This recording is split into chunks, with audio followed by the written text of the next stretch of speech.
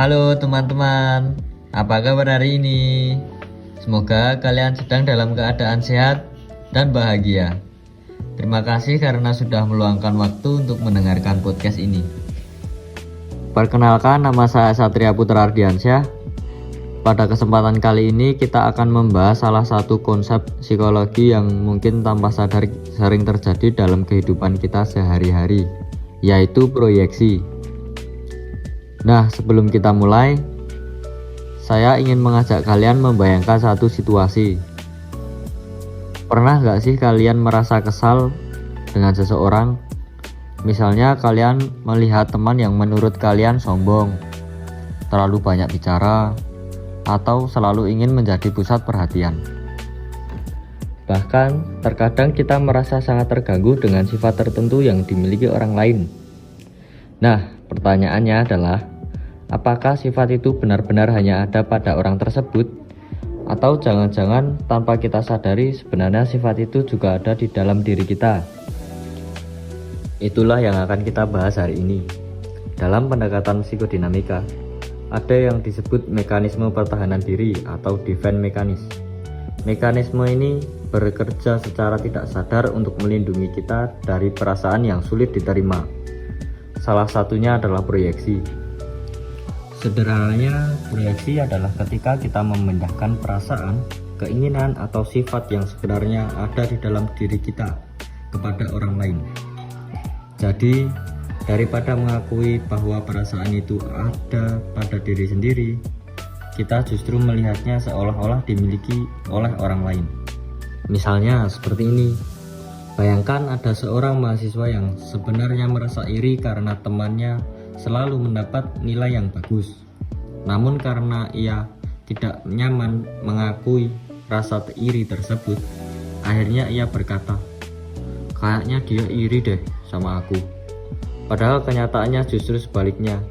Hal seperti ini sering terjadi tanpa kita sadari. Mengapa bisa begitu? Menurut teori psikodinamika, banyak pengalaman masa kecil, rasa kecewa, konflik, atau emosi yang kita tekan ke alam bawah sadar. Meskipun kita tidak sadari, semua itu tetap mempengaruhi cara kita berpikir dan memandang orang lain. Jadi apa yang kita lihat pada orang lain belum tentu benar-benar mencerminkan mereka. Bisa jadi itu adalah cerminan dari diri kita sendiri. Kalau dipikir-pikir, konsep ini sebenarnya sangat dekat dengan kehidupan kita sekarang, terutama di media sosial. Setiap hari kita melihat unggahan orang lain, ada yang sedang liburan, ada yang sedang meraih prestasi, ada yang membuat konten, ada juga yang sekedar membagikan aktivitas sehari-hari. Lalu muncul komentar seperti, "Ih, dia cari perhatian banget sih," atau "sok sempurna banget sih." Memang tidak semua komentar seperti itu menjadi bentuk proyeksi, tetapi dalam beberapa kasus bisa saja orang yang memberikan komentar sebenarnya memiliki keinginan yang sama, yaitu ingin diperhatikan atau dihargai. Hanya saja ia belum mampu mengakuinya sehingga perasaan tersebut dialihkan kepada orang lain. Inilah mengapa media sosial sering menjadi tempat munculnya penilaian yang berlebih bahkan perundungan. Kita merasa mengenal seseorang hanya dari beberapa foto atau video, padahal kenyataannya kita hanya melihat sebagian kecil dari kehidupannya. Kemudian ada tokoh psikolog yang cukup terkenal, yaitu Carl Jung.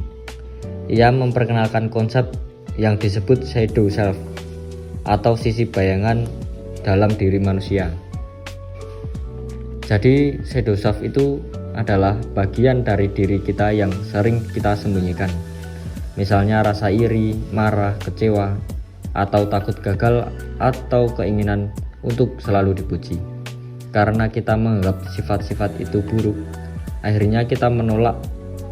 Namun sifat tersebut tidak benar-benar hilang, justru sering muncul dalam bentuk proyeksi kepada orang lain. Jung mengatakan bahwa menjadi pribadi yang sehat bukan berarti tidak memiliki sisi gelap. Justru kita perlu mengenali dan menerima sisi tersebut agar tidak terus-terusan mempengaruhi cara kita memandang orang lain. Nah, jadi dalam proses konseling psikodinamika, konselor akan membantu konseling memahami konflik yang ada di alam bawah sadarnya. Konselor tidak langsung mengatakan bahwa konseli salah.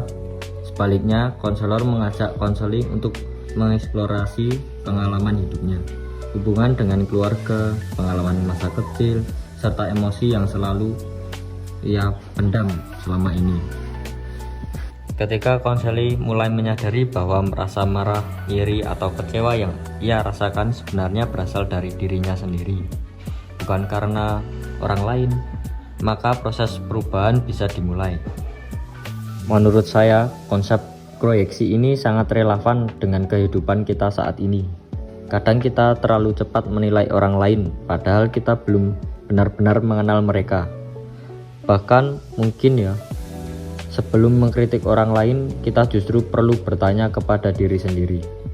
Seperti, kenapa saya begitu terganggu dengan sifat itu? Apakah benar masalahnya ada pada orang tersebut? Atau justru ada sesuatu dalam diri saya yang belum saya selesaikan? Pertanyaan-pertanyaan sederhana seperti itu dapat membantu kita menjadi pribadi yang lebih reflektif dan lebih bijaksana dalam memahami orang lain. Sebagai penutup, saya ingin mengajak kita semua untuk lebih mengenal diri sendiri, karena semakin kita memahami emosi dan menerima kekurangan yang kita miliki, semakin kecil kemungkinan kita menyalahkan orang lain atas konflik yang sebenarnya ada dalam diri kita. Jadi semoga setelah mendengarkan podcast hari ini, kita bisa lebih berhati-hati dalam menilai seseorang, lebih mampu melakukan introspeksi, dan tentunya menjadi pribadi yang lebih dewasa secara emosional. Terima kasih banyak untuk teman-teman yang sudah mendengarkan podcast ini sampai selesai. Semoga pembahasan ini bisa menambah wawasan sekaligus mengajak kita untuk lebih bijaksana dalam memahami diri sendiri maupun orang lain. Saya Satria Putra Ardiansyah dengan NIM 2501284 pamit undur diri.